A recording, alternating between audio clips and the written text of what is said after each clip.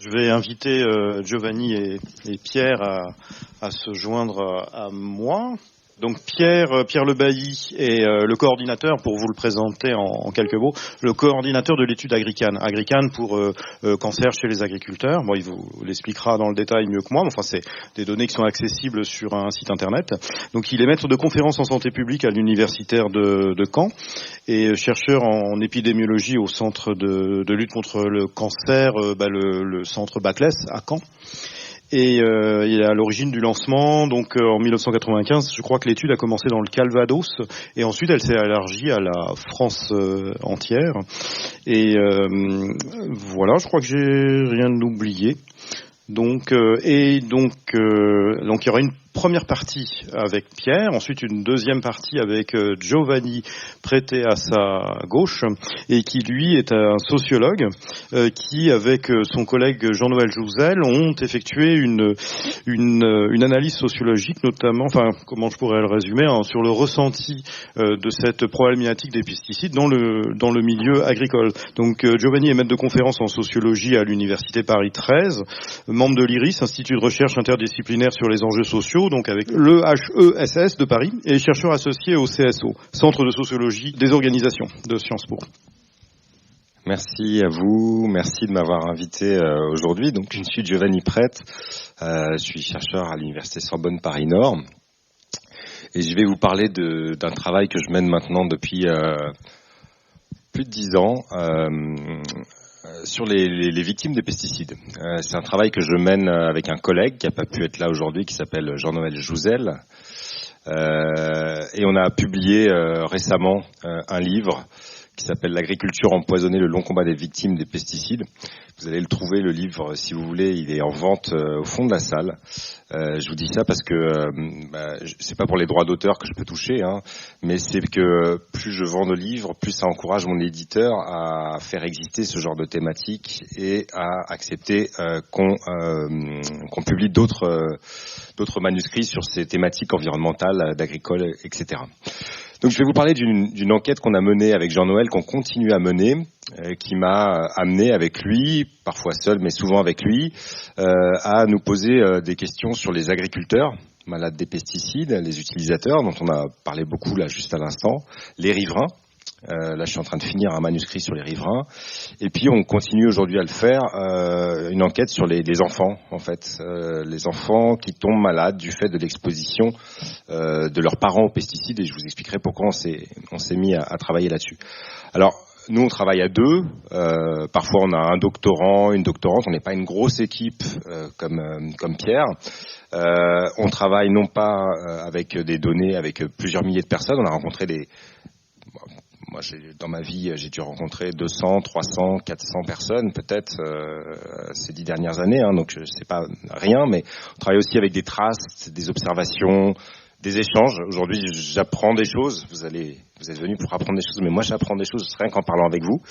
On a essayé, en fait, de retracer tout ce qu'on a pu comprendre et comment, finalement, par l'entrée sur les pesticides et sur les questions de santé aux pesticides, ça permet d'éclairer des questions plus générales sur l'évolution du monde agricole et sa difficulté à sortir de sa dépendance des pesticides de synthèse. Je vais organiser ma présentation en 3 temps.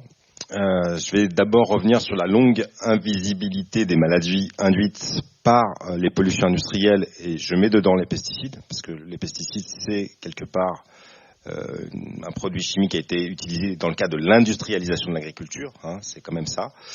Et puis je vous raconterai ensuite comment on a fait un travail auprès de personnes qui sont tombées malades, dont on peut penser que leur maladie elle est liée aux pesticides, et on a essayé de les suivre, ces personnes, pour voir ce que l'expérience de la maladie faisait sur leur vie privée, sur leur vie politique et sur leur changement ou pas de pratique agricole. Voilà, avec cette hypothèse que si on tombe malade et qu'on pense que c'est lié aux pesticides, peut-être ça va changer notre façon de faire. Et vous allez voir que c'est pas si simple. Et donc on a suivi notamment une association pendant plusieurs années. Donc vous voyez une photo là. Vous reconnaissez peut-être le menton de la personne qui est là. Non, peut-être son menton suffit pas. C'est un monsieur qui s'appelle Paul François. qui est un agriculteur qui a présidé, c'est pas lui qui l'a fondé, mais qui a présidé une association qui s'appelle Phytovictime, qui s'est créée en 2010-2011 officiellement, et qui pendant très longtemps a été une figure médiatique dans la controverse sur les pesticides et leurs effets sur la santé, parce qu'il a fait un procès contre Monsanto suite à une intoxication qu'il a eue. Et donc là, on le voit en photo. C'est une photo prise lors du salon de l'agriculture. Là, il y a ma femme derrière qui était là avec moi ce jour-là. Je vous parle de moi. Ouais. Donc, au salon de l'agriculture, où en 2012, ils sont intervenus pour perturber le stand de l'UIPP, ce qui s'appelait à l'époque l'UIPP, l'Union des industries de protection des plantes, qui est le syndicat des firmes de la chimie. Et donc, c'était la première grande action médiatique des victimes professionnelles des pesticides. Et nous, on était là pour observer ça, et on a suivi ces gens-là pendant plus de 10 ans, en gros, et on raconte cette histoire dans ce bouquin qui s'appelle « L'agriculture empoisonnée ». Alors, premier point, les maladies induites par les pollutions industrielles, une longue invisibilité. Je vais aller très vite là-dessus parce que je pense que ici on est dans une assemblée où vous connaissez la plupart des choses que je vais vous dire à cet égard-là. Alors, notre travail, dans notre bouquin, on raconte ça, on essaie de replacer dans le contexte. Donc on va s'intéresser aux malades liés aux pesticides, et déjà il faut comprendre pourquoi on a utilisé des pesticides, pourquoi on a aujourd'hui une agriculture industrialisée, qui peut être beaucoup plus industrialisée que celle qu'on a en France. Moi j'ai fait du terrain en Californie, je veux dire que quand vous allez dans la vallée de production des amandes ou des pistaches en Californie, vous comprenez ce que c'est que l'agriculture industrielle, mais bon, quand vous allez dans le Bordelais, vous comprenez aussi bien ce que c'est que l'agriculture industrielle. D'accord. En fait, ce qu'il faut comprendre, c'est que c'est dans l'histoire de l'humanité agricole, c'est une toute petite période, cette dépendance aux pesticides, puisque l'utilisation des pesticides naturels a commencé à se faire à la fin du 19e siècle. On a parlé des arsenicaux tout à l'heure. Et puis les pesticides de synthèse, ça s'est vraiment développé aux États-Unis dans l'entre-deux-guerres, en France plutôt dans les années 60, voire dans les années 70. L'intensification forte, elle s'est faite à ce moment-là. Si ça a eu ce succès, ces pesticides de synthèse qui ont été promus par des industries, qui ont été encouragés par les pouvoirs publics, c'est parce que ça a rendu un grand nombre de services au monde agricole et au système agroalimentaire d'une manière générale. Ça a permis d'augmenter les rendements, ça a permis d'adoucir les conditions de travail, et ça a permis surtout, je pense, je l'ai mis en deuxième, mais ça serait peut-être le premier argument, de sécuriser les récoltes. L'agriculture, c'est une activité économique qui est marquée de plein d'incertitudes. Ce que permet un pesticide, c'est de sécuriser les récoltes et donc de limiter des risques de pertes financières, de lisser en fait des risques. On voit là, par exemple, je vous ai mis l'évolution du rendement en grains pour le blé en France. Vous voyez les chiffres, boum, il y a une explosion. Alors aujourd'hui ça stagne, mais on a une explosion qui se fait à partir des années 60-70. Ça a rendu des services. C'est aussi pour ça que c'est difficile de s'en défaire aujourd'hui, et pas qu'à l'échelle industrielle. C'est qu'on a tout un système agroalimentaire qui est construit autour de cette technologie, utilisée avec deux technologies, c'est-à-dire l'amélioration variétale, la mécanisation de l'agriculture. Il y a plusieurs technologies qui ont fait ce qu'on appelle parfois la modernisation agricole. Alors, c'est des produits qui sont par définition toxiques, Pierre l'a rappelé. Il y a eu une exposition massive des utilisateurs au premier rang, des gens qui vivent autour des champs, et puis de l'environnement aussi. On pourrait discuter, est-ce que le vrai problème c'est un problème sanitaire, de savoir est-ce que quand on mange bio, est-ce que c'est un problème environnemental. Moi là-dessus j'ai vraiment une question, c'est-à-dire qu'on peut se poser la question, c'est beaucoup plus difficile. Moi je le vois bien, quand je vais parler des enfants malades des pesticides, je vais capter l'attention très forte des gens. Si je commence à leur parler des effets des pesticides sur la reproduction des batraciens, ça va être beaucoup plus dur. Voilà. Et donc, comment aussi on peut essayer de faire exister des problèmes en faisant exister d'autres problèmes. Voilà, des problèmes qui sont plus facilement césables. Donc, utilisation massive des pesticides depuis les années 60-70. Et pourtant, comme l'a dit Pierre, ça fait assez peu de temps qu'on se pose la question des effets sanitaires des pesticides. Et pendant très longtemps, il n'y a pas eu d'agriculteurs qui se plaignaient des maladies, à part des intoxications aiguës. Il n'y a pas eu de mouvement agricole. Les organisations syndicales considéraient que c'était un non-problème. Et la mutualité sociale agricole, qui est non seulement l'organisation qui gère le régime de sécurité sociale, mais qui est aussi en charge de la prévention en milieu agricole depuis les années 70 en France, considérait que les pesticides, pour les opérateurs agricoles, pour les utilisateurs qui sont les plus exposés, c'est un risque sous contrôle. Donc là, ça m'amène à dire quelque chose qui est assez important. C'est cette idée que, alors en anglais on dit safe use, usage sûr. En français, on aime bien dire, nous, dans mon milieu professionnel, on parle d'usage contrôlé des pesticides. En gros, un des piliers de la promotion, de la vente et du maintien encore aujourd'hui de l'idée qu'il y a des pesticides, c'est que des pesticides, on sait que c'est dangereux, mais on peut les utiliser de façon à ce que ça ne soit pas risqué. Donc là, il faut distinguer la notion de danger et la notion de risque. Les autorités sanitaires n'ont jamais dit les pesticides, c'est pas dangereux. L'industrie phytosanitaire, l'industrie des pesticides, j'utilise leur terme là, n'a jamais dit nos produits ne sont pas dangereux. Ils disent attendez, ils ne sont pas risqués. C'est-à-dire que si on sait bien les utiliser, si on les utilise correctement, leurs avantages sont largement supérieurs à leurs inconvénients. D'accord ? Et il n'y aura pas de problème de santé.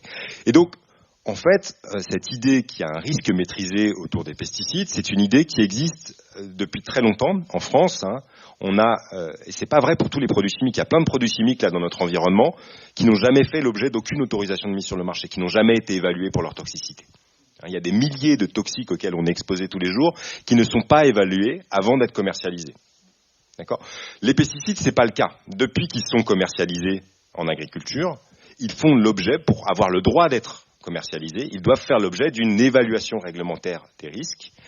En France, le système d'évaluation réglementaire, il s'est mis en place en 1943, donc c'est très ancien.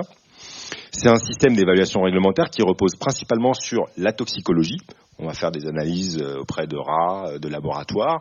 On va les exposer à des doses plus ou moins fortes. On va dire, bah voilà, à cette dose, oui, ça tue la moitié des rats. À cette dose, ça tue tous les rats ou ça leur fait des cancers. Et donc, à partir des doses qu'on va mettre en évidence en laboratoire comme nocives ou non nocives, on va fixer des seuils d'exposition qui sont des seuils jugés sans risque. Pas sans danger, sans risque. D'accord ? Et c'est vraiment cette idée que c'est sous contrôle, c'est sans danger. Et donc, ça, c'est ce qu'il y a, si vous voulez, c'est la philosophie qui continue à soutenir le système de vente des pesticides, la diffusion des pesticides et la prévention.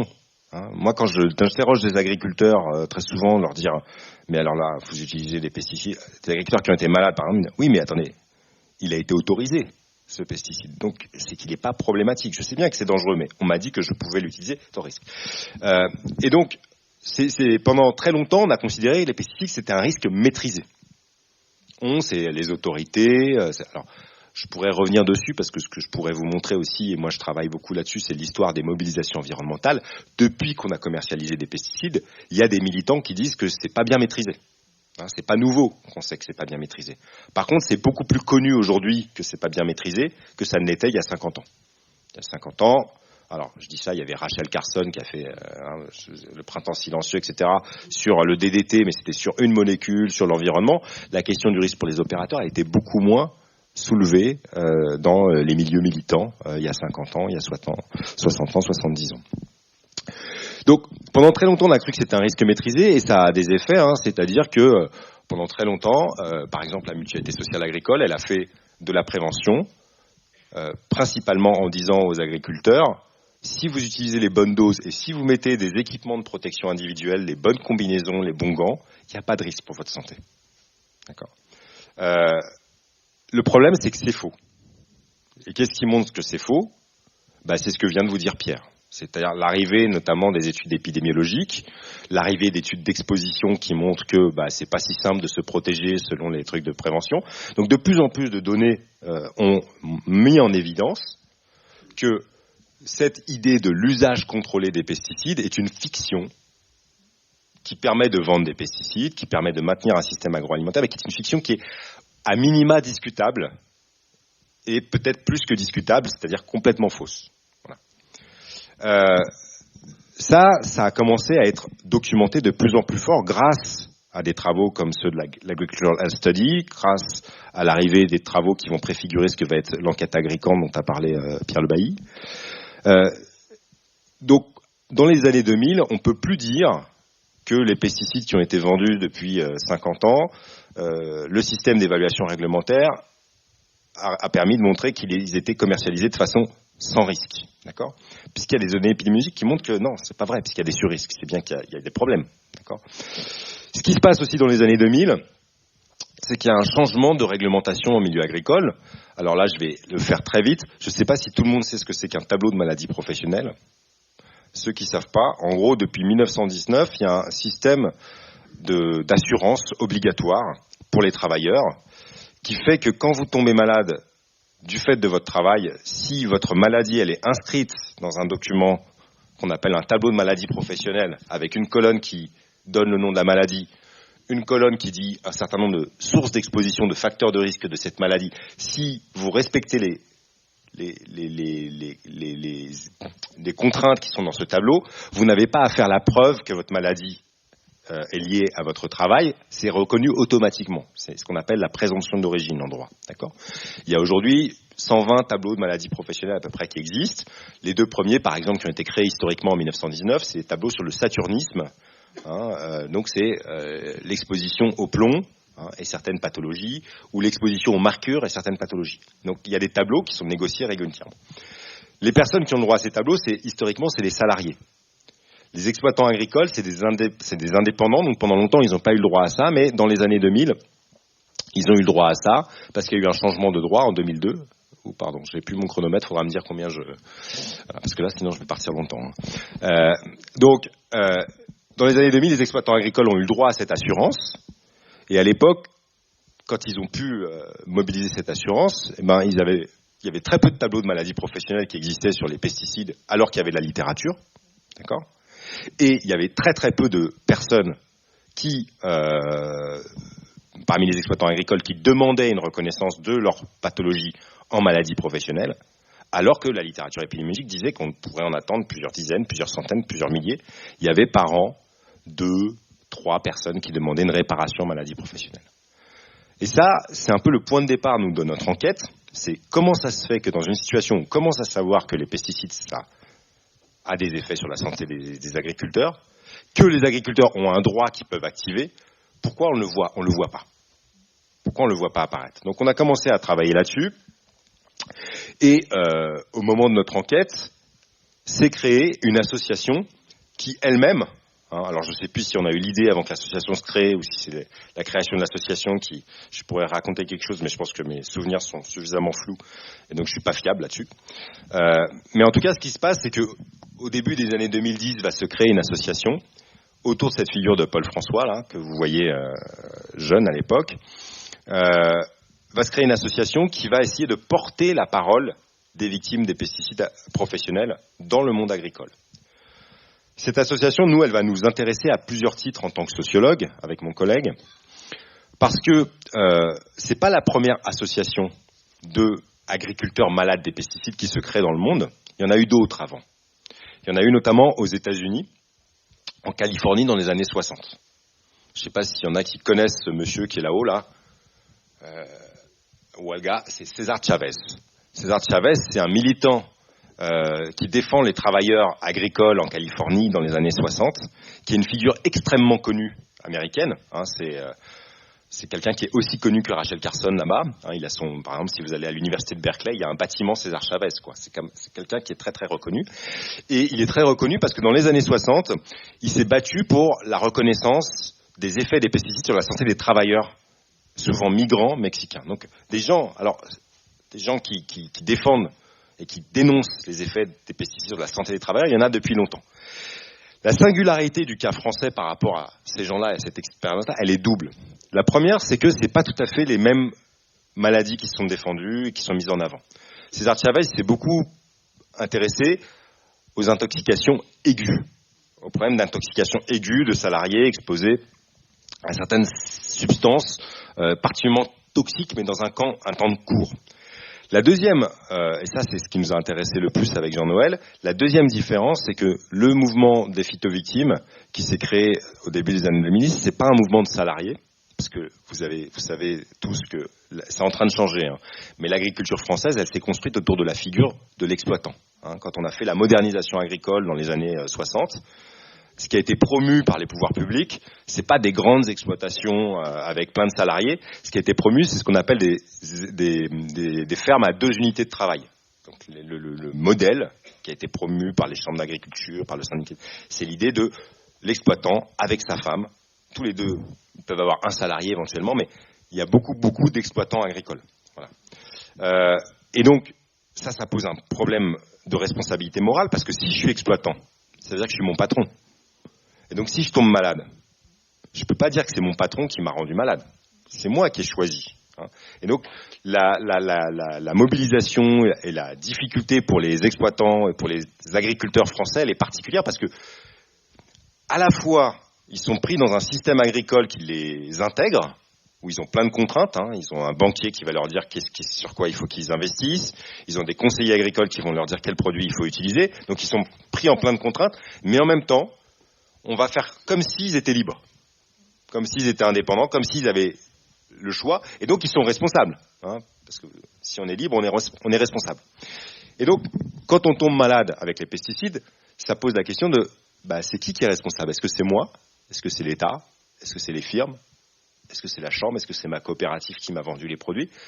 C'est pas une question qui est simple à répondre, et c'est une question qui, pour un sociologue, est intéressante. C'est comment on fait face quand on est malade, quand on est dans des conditions de travail dures, qui est responsable et comment on construit les chaînes de responsabilité qui sont des chaînes de responsabilité légale, mais des chaînes de responsabilité morale aussi. Alors, on a, je vais le faire assez vite, si vous voulez rentrer dans le détail de notre enquête. On a construit le livre et on a suivi en fait l'évolution de cette association et on a résumé les quelques grands constats qu'on fait sont les suivants. Premièrement, pour les agriculteurs qui tombent malades, c'est pas facile de se faire reconnaître en maladie professionnelle et de penser que les pesticides sont liés à leur maladie est liée à leur exposition aux pesticides. Premièrement, parce qu'ils ne sont pas aidés par leurs institutions de leur entourage.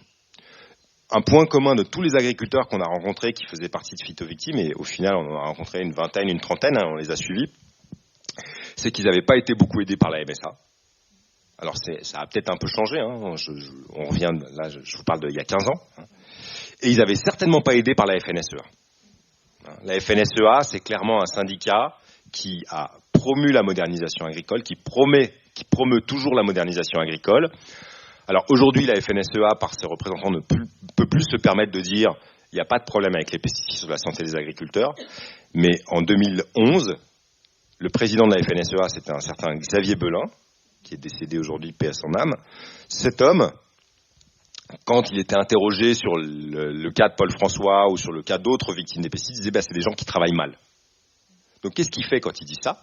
Il réactive la fiction de l'usage contrôlé. C'est ça le lien. C'est-à-dire que si vous tombez malade, puisqu'il y a des autorités qui nous ont dit qu'on pouvait les utiliser sans risque, les pesticides, c'est que vous n'avez pas fait ce qu'on vous a dit de faire. Vous n'avez pas utilisé la bonne dose, vous n'avez pas pris les bonnes protéines. Donc c'est que vous travaillez mal. Donc c'est que vous êtes un mauvais professionnel. Et la FNSEA ne défend pas les mauvais professionnels. D'accord ? Donc il n'y avait pas de soutien interne de la FNSEA. Alors, je le dis, c'est un peu grand, un peu général, mais il peut y avoir des FDSEA où il y a eu plus de soutien que d'autres. Mais globalement, en gros, les agriculteurs ne se sont pas sentis soutenus par les institutions agricoles auxquelles ils adhèrent massivement. Parce que ce que je vous ai pas dit, c'est que Phytovictime, c'est aussi intéressant, c'est que c'est pas des dangereux uluberlus de la Confédération paysanne qui l'ont créé. C'est des gens qui venaient du productivisme agricole. C'est des gens qui venaient de grandes exploitations. Paul François, c'est 250 hectares de céréales. Et j'ai été sur sa ferme plusieurs fois, c'est des gros tracteurs. C'est pas un petit paysan qui fait de la biodynamie au fond de son jardin. D'accord ? Je dis ça, j'ai aucun mépris pour ça. Mais pour vous dire, les gens qui sont confrontés à ça, c'est des gens qui vont d'abord se tourner vers la FNSEA, d'abord vers la MSA, qui ne trouvent pas de soutien, et donc ils vont être obligés de trouver des soutiens ailleurs. Et c'est ça qu'on raconte dans le bouquin, c'est comment ces gens-là ont trouvé du soutien ailleurs. Alors ils ont trouvé du soutien dans leur famille, notamment auprès de leurs femmes, de leurs épouses, qui souvent et de plus en plus travaillent hors du milieu agricole, et donc peuvent avoir un regard plus distancé sur les technologies de la modernisation agricole. Je vais y revenir sur les enfants. Ils ont trouvé un soutien auprès de gens avec qui ils n'avaient jamais eu de relation, notamment des journalistes engagés. Marie-Monique Robin, Jean-Paul Jot, qui a fait un film qui s'appelle Séverne, la voix de nos enfants. Et ils ont trouvé un lien, un soutien auprès d'associations environnementales notamment une association que vous connaissez, puisqu'elle coordonne le SPAP, c'est Génération Future, qui s'appelait encore à l'époque, je pense, le Mouvement pour la défense et le respect des générations futures. Et ces gens-là, plutôt que de dire on ne travaille pas avec des agriculteurs productivistes, on dit c'est hyper intéressant pour nous, on va les aider, parce que ça va être des porte-paroles de la critique des pesticides au sein du monde agricole. Avec l'espoir, c'était un espoir des gens de Génération Future, moi Nadine Leverja et François Veyrel, je les connais depuis très longtemps maintenant, au début ils vont changer de pratique agricole quand ils vont tomber malades. Voilà. Et donc, ils vont trouver un soutien auprès de ces gens-là, et puis ils vont trouver un soutien aussi auprès d'avocats qui vont les aider à les accompagner. Alors, je vais pas vous dire en détail ce qui s'est passé au cours de ces 15 ans de vie de l'association. Je vais le dire de façon très rapidement. Ce qu'on a, nous, vu et suivi, qu'on essaye d'expliquer, c'est d'une part que, contrairement à ce à quoi on pouvait s'attendre et contrairement à ce à quoi pouvaient s'attendre les soutiens de ces agriculteurs malades, ils ne sont pas massivement passés en agriculture biologique. Pourquoi ? Il y a plein de raisons. Il y a des raisons de difficultés par rapport à leur situation de vie. C'est des gens qui sont malades, donc transformer son exploitation agricole quand on est malade, c'est un peu compliqué. C'est des gens qui ont souvent 50, 40, 50 ans, 60 ans. C'est lié au délai de latence des maladies aussi. On tombe malade, le cancer, c'est peut-être 20 ans après avoir été exposé. Et donc, on ne va pas changer son exploitation alors qu'on est en train de la transmettre. C'est des choses un peu compliquées. Puis, il y a évidemment les politiques agricoles qui n'encouragent pas forcément les transitions, et le fait qu'ils sont pris aussi dans des milieux sociaux. Moi, je me souviens très bien les premières phytovictimes qui me racontaient comment, après leur première interview, pour mettre en doute, mettre en cause les pesticides ayant des effets sur la santé d'eux-mêmes ou de leur mari, il y avait leurs voisins qui venaient leur couper leur haie pour que leurs vaches, couper les barbelés de leur champ, et pour que les vaches se barrent, parce qu'ils n'étaient pas contents qu'on dise du mal des pesticides dans l'espace public. Donc, prendre la parole, c'est pas si simple, en fait. Donc, pas de passage au bio systématique. Il y en a qui sont passés au bio, il y en a qui sont pas passés au bio. Il y a une chose qu'ont fait ces agriculteurs, c'est que eux et puis d'autres, parce qu'en fait, suite à la création de cette association Phytovictime, il y a d'autres associations qui sont créées, notamment une association qui s'appelle le Collectif des victimes des pesticides de l'Ouest, un peu plus radicale. C'est pas la même sociologie politique. Je vais pas rentrer dans les détails, mais pas fondée par des agriculteurs productivistes, fondée plutôt par des gens qui venaient du militantisme environnemental. Donc ça donne pas la même coloration politique, plus proche de la Confédération paysanne aussi. En fait, ces gens-là, ce qui va les mettre d'accord, c'est pas forcément le changement de pratique, mais c'est augmenter, améliorer la possibilité de réparer les maladies, de les réparer en droit et de les réparer en ayant des indemnisations. Et donc, ils vont obtenir la création de tableaux maladies professionnelles. Aujourd'hui, je vous ai dit, en 2010, il y avait très peu de tableaux de maladies professionnelles. Aujourd'hui, vous avez un tableau sur les hémopathies malignes, vous avez un tableau sur Parkinson, vous avez un tableau sur le cancer de la prostate. 3 tableaux en moins de 10 ans, c'est énorme. Alors, vous pourrez me dire, c'est juste un retard par rapport au savoir. Enfin, moi, je suis dans la commission de l'ANSES sur les maladies professionnelles. Je sais comment ça se passe. Les tableaux ne reflètent pas l'état des savoirs. Les tableaux reflètent l'état des savoirs filtrés par de nombreuses négociations politiques. Et donc, obtenir 3 tableaux en moins de 10 ans, c'est un gros travail, en fait, politique. C'est une grande victoire, mais ce n'est que de la réparation.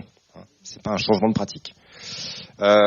Donc, ils vont obtenir des tableaux, et puis ils vont obtenir la création d'un fonds d'indemnisation des victimes des pesticides, à l'image du FIVA. Alors, le FIVA, c'est quoi ? C'est le fonds d'indemnisation des victimes de l'amiante, qui avait été créé en 2001, suite à la reconnaissance des effets de l'amiante et la responsabilité de l'État, qui n'avait pas interdit l'amiante suffisamment tôt, alors que beaucoup de données montraient que l'amiante créait des cancers, notamment le mésothéliome, qui est le cancer signature un peu de l'amiante. Alors, ce fonds d'indemnisation, on pourra revenir dans la discussion si vous voulez, c'est pas vraiment un fonds. C'est pas vraiment un fonds, notamment parce que c'est pas financé par l'État, contrairement au FIVA.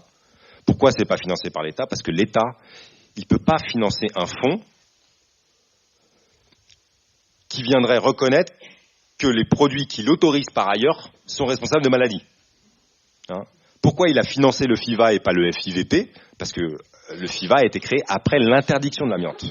Aujourd'hui, le FIVP, il n'est pas créé après l'interdiction du fonds d'indemnisation des victimes des pesticides. Donc c'est pas vraiment un fonds, c'est plutôt un dispositif de centralisation des dossiers, de demandes de reconnaissance. Alors ça a eu des effets, hein. On est passé en quelques années, je vous ai dit au début des années 2000, au milieu des années 2002, 3 demandes de reconnaissance. Aujourd'hui, il y en a plus de 600 de reconnaissance par an de maladies liées aux pesticides, okay, dans le fond d'AMI. Donc ça augmente et ça montre bien que par construction, hein, il y avait plein de maladies pas reconnues avant. D'accord. Le vrai truc qui change avec le FIVP, c'est que ça ouvre la possibilité pour les enfants malades du fait d'une exposition prénatale d'une exposition prénatale du fait de l'utilisation de leurs parents dans un cadre professionnel, de leur pathologie, pour un certain nombre de pathologies pour lesquelles il y a de la littérature. Et je vais revenir dessus parce qu'on a monté une enquête. Alors ça m'amène à et après, et qu'est-ce qu'on a fait ensuite après? Alors moi j'ai travaillé un peu, il me reste combien de temps là? 2-3 minutes. 5. Allez, 5 minutes. J'ai travaillé, mais je vous en dis pas plus, j'ai travaillé sur les riverains. Un peu avec Jean-Noël et un peu tout seul. Là, je suis en train de finir un manuscrit qui va devenir, j'espère, un livre d'ici 1 an, parce que le manuscrit est écrit, après il y a le travail d'édition. Pourquoi ça m'a intéressé les riverains? Parce que parallèlement à la mobilisation des travailleurs agricoles, ce qui s'est passé dans les années 2010 en France, 2010-2020 jusqu'à aujourd'hui, c'est qu'il y a eu des mobilisations de riverains de plus en plus nombreuses. L'ère du Perche en est une. Moi, je l'ai croisé dans mes archives. J'ai jamais rencontré les gens de l'ère du Perche, mais je l'ai croisé dans mes archives. Et les riverains sont exposés. On a eu une intervention tout à l'heure. Il y a des chercheurs en santé publique qui disent les travailleurs, en fait, c'est des sentinelles pour d'autres personnes exposées. C'est-à-dire que c'est les plus exposés. Hein, mais si eux, ils sont exposés, les pesticides, ils s'arrêtent pas à la frontière de l'exploitation, ils ne s'arrêtent pas au moment de travail. Hein. Les pesticides, ils circulent dans l'eau, ils circulent dans l'air, ils circulent dans le sol. Et donc, il y a plein d'autres personnes qui sont exposées. Donc, moi, j'ai suivi un peu les mobilisations de riverains et je me suis posé la question, comment on se mobilise, sur quel savoir on peut s'appuyer, quels sont les registres d'action qu'on peut utiliser. Je ne vais pas vous en dire beaucoup plus. La seule chose que je peux vous dire, peut-être le principal truc de recherche que je veux partager avec vous, c'est que ça m'a amené à faire un peu d'histoire, de travailler sur les riverains. Et par exemple, j'ai découvert une chose qui m'a beaucoup intéressé. Aujourd'hui, on se bat en France pour savoir est-ce qu'il faut mettre en place des zones de distance de sécurité entre les parcelles. Alors, on est arrivé à batailler, on a obtenu 20 mètres pour les produits les plus dangereux. 3 mètres, bon, c'est dur. Eh bien, figurez-vous qu'en 1953, en France, les distances de sécurité étaient de 50 mètres. Ouais. Voilà. Et donc, on a allégé au cours du XXe siècle, la réglementation en termes de distance de sécurité pour la protection des riverains. Donc, pourquoi on l'a allégé? Ça, il faudra acheter mon prochain bouquin pour le savoir. Deuxième chose, les mobilisations de riverains. Moi, je vous ai dit 2010, tout ça, il y en a eu au cours du temps, mais ça s'est vraiment intensifié au cours des années 2010. Ça a commencé en 2009 contre les épandages aériens. Et j'ai découvert, en allant faire un tour en Angleterre, que dans les années 80, au début des années 80, il y a beaucoup d'ONG qui ont publié des rapports, des études, sur l'exposition des riverains, et qui ont déployé des arguments qui sont les mêmes qu'on utilise aujourd'hui en France. 2 arguments principaux qui sont utilisés. On ne prend pas en compte dans la réglementation le risque de volatilisation des pesticides. D'accord ? On prend en compte que la dérive par gouttelette et pas la volatilisation. C'est dans un rapport qui s'appelle The Spray Drift Problem, publié en 1984, écrit par un chercheur qui s'appelle Nigel Dudley et qui a fait l'objet d'une médiatisation à l'époque. D'accord ? Deuxième constat, les protocoles d'évaluation du risque pour les riverains utilisés par aujourd'hui l'EFSA, l'European Food Safety Authority, ne sont pas adéquats pour estimer l'exposition des riverains parce qu'ils ne prennent pas en compte la cumulativité. Ils ont des hypothèses d'exposition qui sont beaucoup trop restrictives. Vous voyez là comment on fait pour utiliser les riverains. Là, vous êtes sur des données d'une expérimentation qui se fait au Silsoe Institute en Angleterre dans les années 80. Vous avez des gens qu'on met là et on essaie de voir quelle proportion des produits arrivent sur eux. Bon, ok. Il n'y a pas de vent, il n'y a pas de relief, on va ne mesurer que seulement à 8 mètres, on ne va pas mesurer plus loin. Enfin, il y a tout un ensemble de critiques sur les protocoles d'évaluation réglementaire qui sont déjà faits dans les années 80. C'est assez fascinant parce que ça pose la question de mais alors il s'est passé quoi entre-temps politiquement, quoi. Et moi, ce que j'essaie d'explorer aussi, c'est pourquoi nous, en France, on a des mouvements sociaux qui ne savent pas, qui s'inscrivent dans une longue histoire et qui sont en permanence en train de réinventer des arguments et de s'épuiser à réinventer des arguments qui sont des arguments anciens. Ça me semble intéressant. Je vais juste finir sur une chose. On a commencé à travailler, donc, nous, avec Jean-Noël, sur les victimes pédiatriques. Donc, on rencontre des gens dont on pourrait penser que leurs enfants sont malades à cause d'une exposition de leurs parents aux pesticides, qu'ils soient agriculteurs ou pas. Par exemple, une des premières personnes qu'on a rencontrées dans cette enquête, c'est la dame que vous voyez là-haut, dont vous avez peut-être entendu parler dans la presse, qui s'appelle Laure Marivin, qui est une fleuriste et qui a perdu sa petite fille, qui est morte d'un cancer après 7 ans de chimio. D'accord ? Bon. Ce qui va nous intéresser, nous, là-dedans, c'est d'essayer de comprendre encore plus profondément cet enjeu de la culpabilité que peuvent avoir les gens qui ont été exposés professionnellement aux pesticides. Parce que c'est un enjeu, je vous ai dit, qui est important pour les agriculteurs. Je suis responsable de ma propre pathologie. Mais c'est un enjeu qui est encore plus grand, plus fort, quand il s'agit de la maladie de ses enfants. Comment s'avouer que nos pratiques professionnelles peuvent avoir un effet de santé sur nos enfants? C'est pas si simple. Et donc, on a rencontré pour l'instant une vingtaine de familles qui sont concernées, qui peuvent avoir des maladies pas graves, entre guillemets, comme des hypospadias, ou des maladies très graves, comme des décès suite à des hémopathies malignes fortes. Et c'est assez intéressant parce que on commence à faire des hypothèses, alors qui sont des hypothèses, on enfonce un peu des portes ouvertes, mais par exemple, c'est plus facile pour des salariés de remettre en cause, de dénoncer, que pour des exploitants. Moi, c'est la première fois en 10 ans d'enquête que j'ai fait des enquêtes où j'ai rencontré des mamans qui me parlaient de leurs doutes sur les pesticides et de la santé de leurs enfants, en secret de leur mari qui est exploitant agricole. C'est-à-dire qu'elles nous donnaient rendez-vous dans des endroits où leur mari ne pouvait pas savoir qu'elles nous rencontraient, parce qu'en fait, le mari ne veut pas entendre parler de la possibilité, de l'hypothèse même que... Donc là, on est dans l'ordre du déni, si vous voulez, mais nous, on essaie de sociologiser un peu ce déni, en disant, voilà, être agriculteur, exploitant ou salarié, c'est pas pareil. Être fleuriste ou agriculteur, c'est pas pareil. Et donc d'essayer de comprendre un peu les logiques sociales qu'il y a derrière ce sentiment de culpabilité, et qui est très fort. Alors, ça nous amène aussi à aller rencontrer les gens, et je vais finir là-dessus.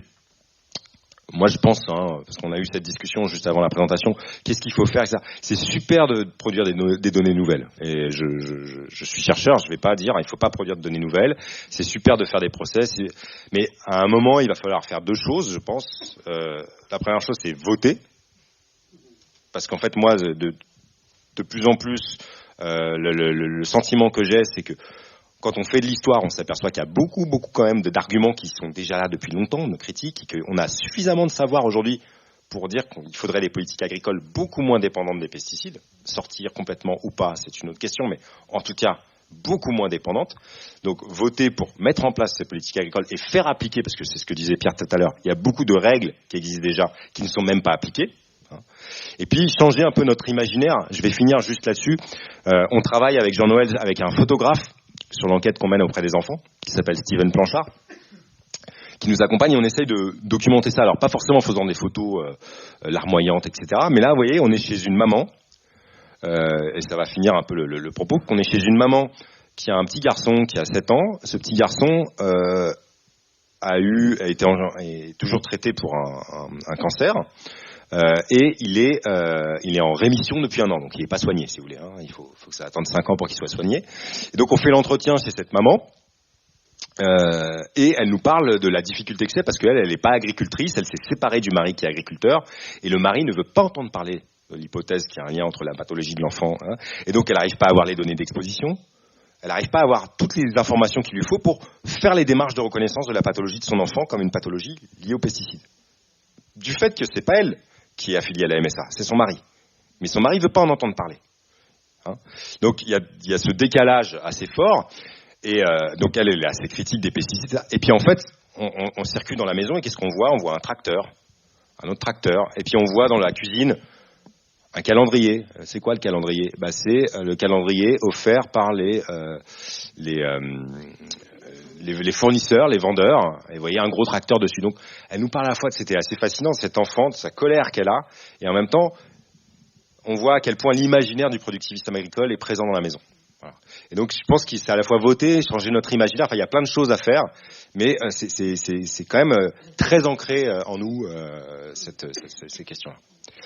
Voilà, je vous remercie. Et oui, si vous entendez parler d'enfants malades, dont la maladie est peut-être, ça ne veut pas dire liée à une exposition professionnelle de leurs parents aux pesticides, et que vous pensez que les parents pourraient accepter de nous parler, nous on cherche des gens à rencontrer, donc c'est une forme d'appel à témoignage. N'hésitez pas à m'envoyer un petit mail, vous pouvez demander aux organisateurs, et ça serait super pour nous aider à continuer dans cette recherche. Je vous remercie.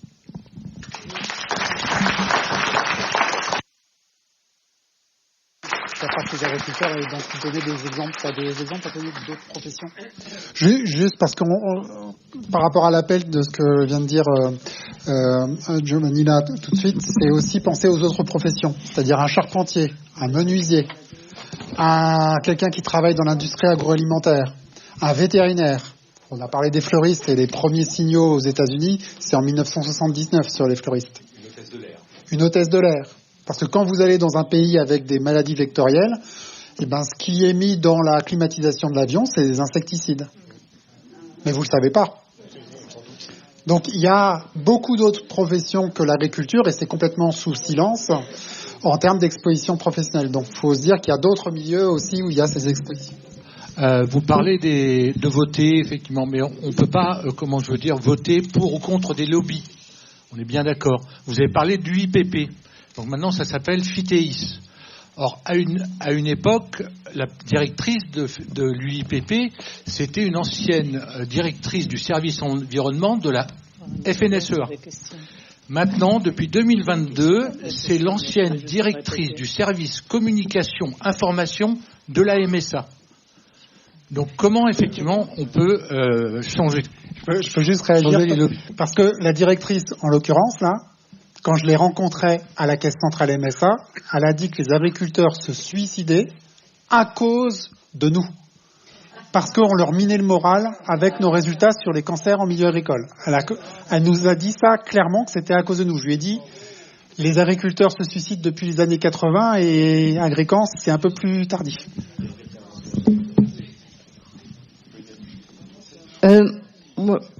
Moi, je voudrais dire, j'ai perdu 4 membres de ma famille de cancer, dont mon mari.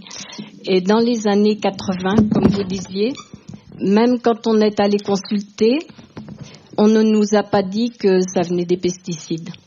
Donc, nous étions agriculteurs, on a continué. Et puis, mon mari est décédé au bout de quelques années. Et donc, mes enfants, comme vous disiez, ils sont mis au bio. Oui, ils ont repris l'exploitation, ma fille et mon garçon, et se sont mis au bio. Et je voudrais dire aussi, dans les écoles agricoles, est-ce que il peut y avoir des moyens de, comme là vous faites, de le dire dans les écoles, parce que moi, j'ai des petits-enfants. Ils ne seront pas agriculteurs. Hein. D'abord, avec le bio, ils se rendent compte que leurs parents, ils gagnent rien. Voilà, ils s'usent la santé. Et les autres, dans le conditionnel, dans le conventionnel, il y a beaucoup de jeunes agriculteurs qui ne veulent pas remplacer leurs parents. Parce qu'ils voient trop dans leur famille mourir les gens. Alors maintenant, dans les écoles agricoles, on voit des jeunes qui viennent de la ville. Ils veulent conduire des tracteurs. Il n'y a que ça qui les intéresse de toute façon. Parce que moi, je vois mes enfants, ils sont en bio, ils ne trouvent personne pour les aider. Parce que quand on va ramasser des plantes, des mauvaises herbes, on y va à la main ou avec des fourches. Mais c'est long.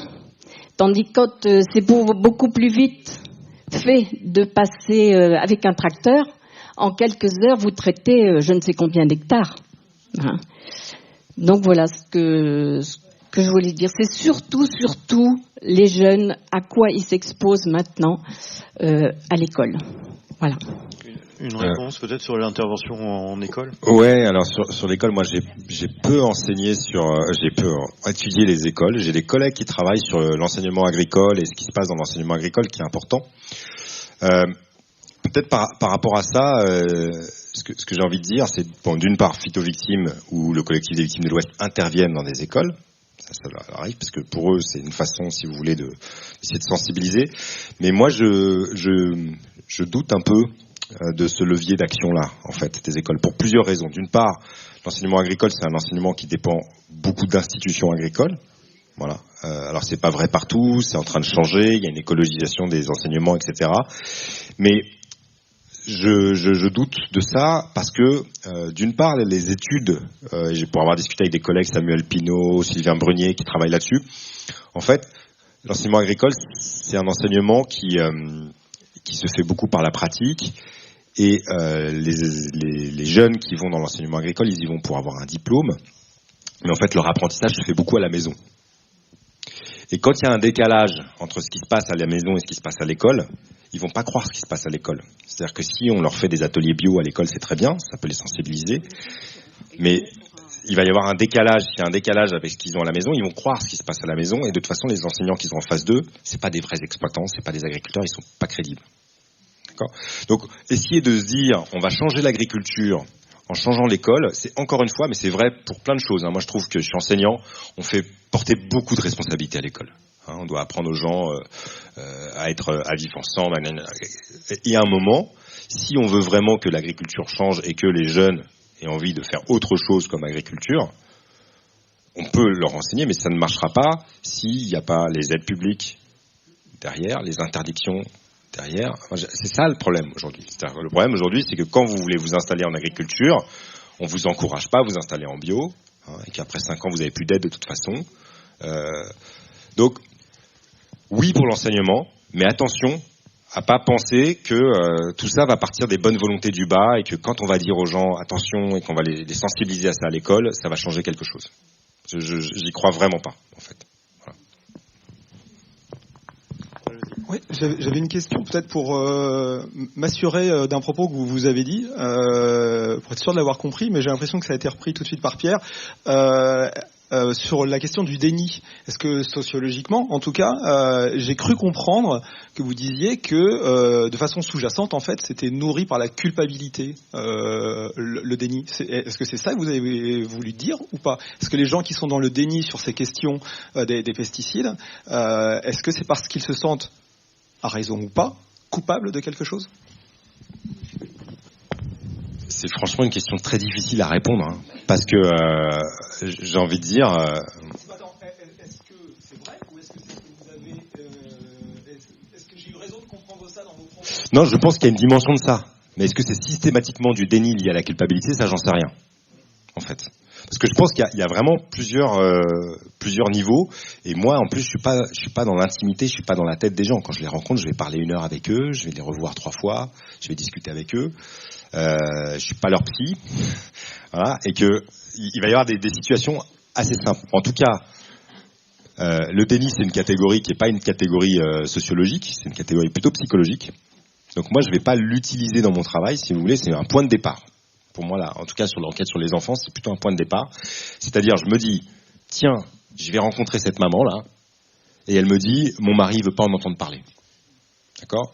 Il est dans le déni. Ça va être le terme qu'elle va utiliser, elle. Elle va me dire, il se sent coupable. Bon.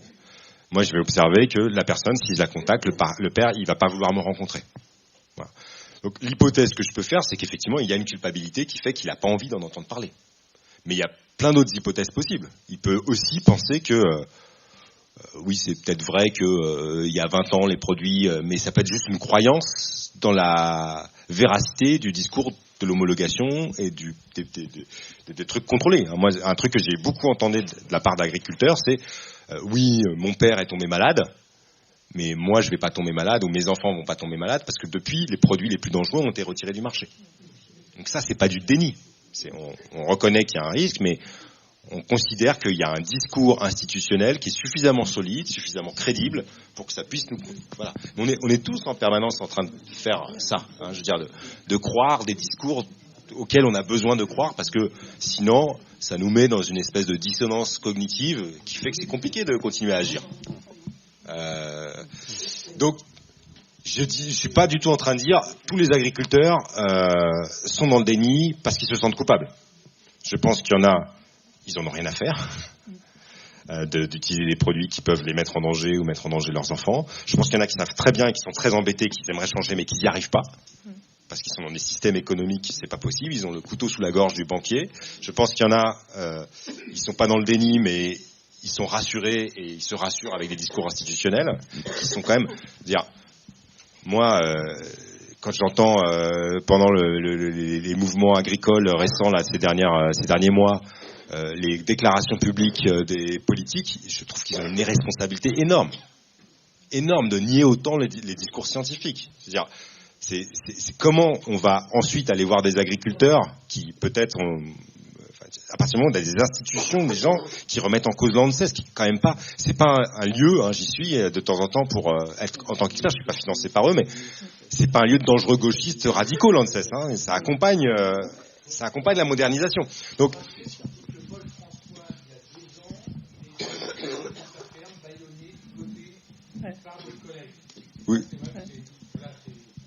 oui, non mais on peut rappeler ça, on peut, ça peut être pas forcément du déni, ça peut être aussi de la peur.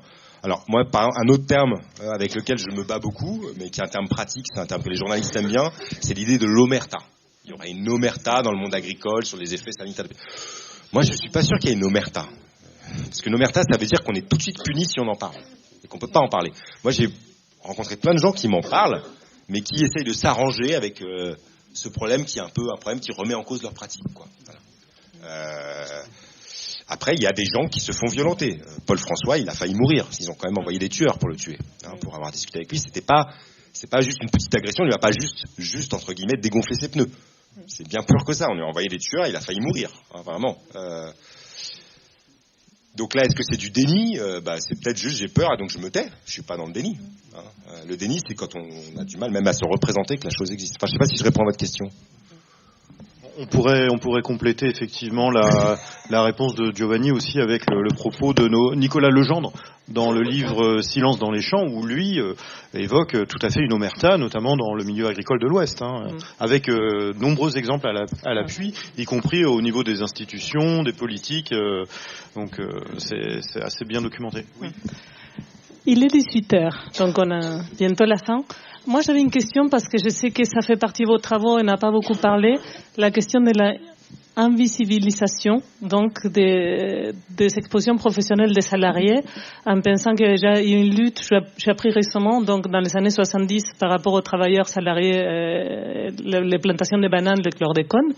Et aujourd'hui, les gens du Bordelais, donc voilà, cet mouvement qui n'arrive pas à émerger ou qui est invisibilisé, et les positionnements des syndicats aussi par rapport à cette question des travailleurs agricoles ou dans l'agro-industrie qui sont exposés.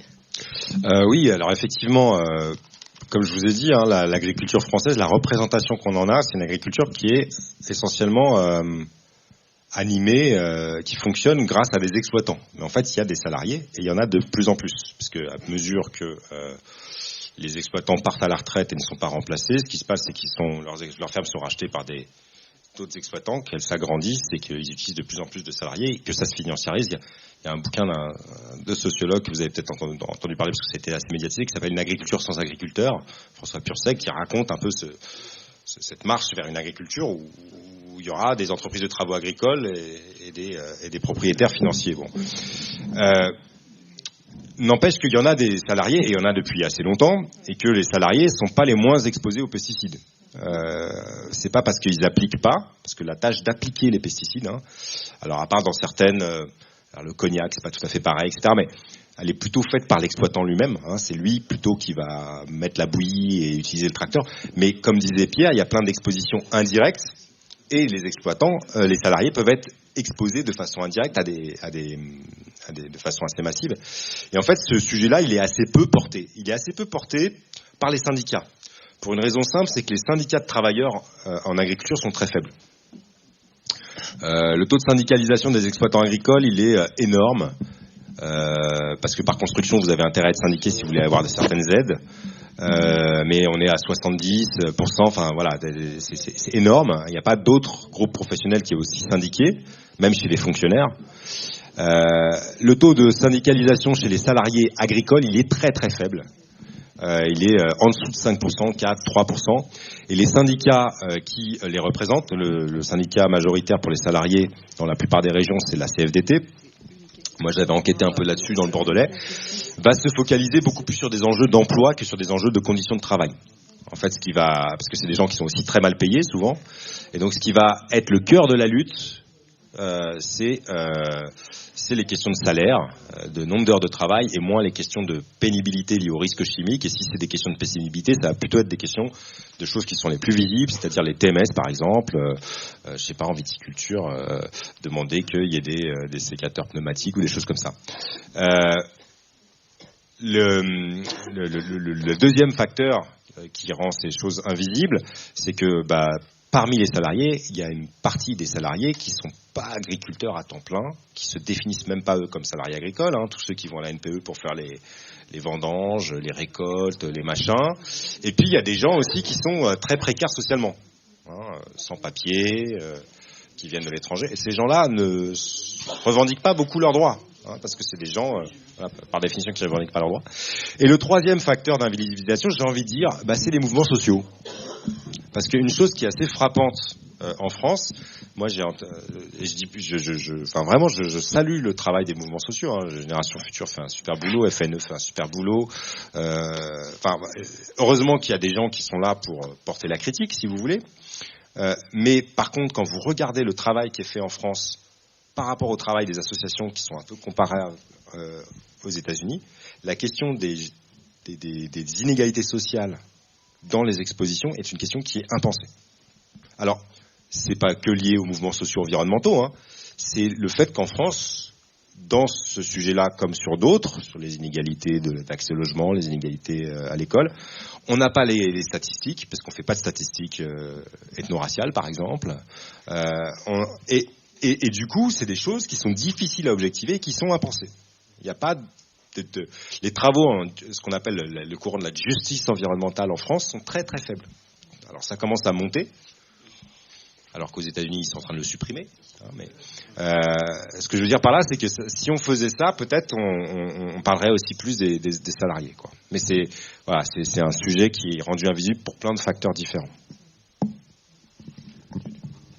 Oui, moi je voulais juste rebondir sur ce qu'avait dit Giovanni tout à l'heure sur le fait de voter. Il y a aussi quelque chose qui est un péril à mon avis, et c'est pour ça que je vous ai parlé un peu des drones. C'est-à-dire comme il y a malgré tout, malgré leurs conditions de travail défavorables, etc., il y a de plus en plus de salariés agricoles qui sont informés des risques chimiques, etc., et qui refusent de faire certains travaux, etc. Et donc la solution qui va être trouvée, c'est à nouveau pas changer les modes de production, c'est de remplacer des humains par des robots. Et que du coup, j'ai entendu le président de la Chambre d'agriculture d'Île-de-France, dans l'Assemblée permanente des chambres, de dire ce qu'il fera rêver, c'est de mettre des robots dans les champs. Il n'y aura plus de problème, il n'y aura plus de gens exposés professionnellement. Et puis il n'y aura pas de dérive parce qu'on aura des solutions techniques. Donc c'est absolument pas de remettre en cause le mode de production, c'est d'enlever l'humain, parce que l'humain nous fait suer en tant qu'employeur. Et c'est comme changer notre vision de humain et la nature à côté. C'est pareil, vous êtes dans un cimetière, vous voyez des mauvaises herbes, c'est mal entretenu. Comme un champ, il est sale, parce qu'il y a des coquelicots, ou parce qu'il y a des plantes. Donc il est sale. Ça, en milieu agricole, j'ai nettoyé parce que le champ était sale. Donc le vivant, ça emmerde, désolé, ça emmerde les agriculteurs, et le vivant, ça emmerde les employeurs, parce que du coup, ça se rebelle. Donc on va trouver la solution, c'est des robots. Et donc les drones, et ça sera une solution. Et ça, il y a quand même, vous dites, on ne peut pas lutter contre les lobbyistes, mais quand même les partis politiques qui prônent l'innovation technique comme étant la solution à tout, ils sont quand même sur une partie de l'échiquier politique qu'il ne faut pas chercher très longtemps pour le trouver.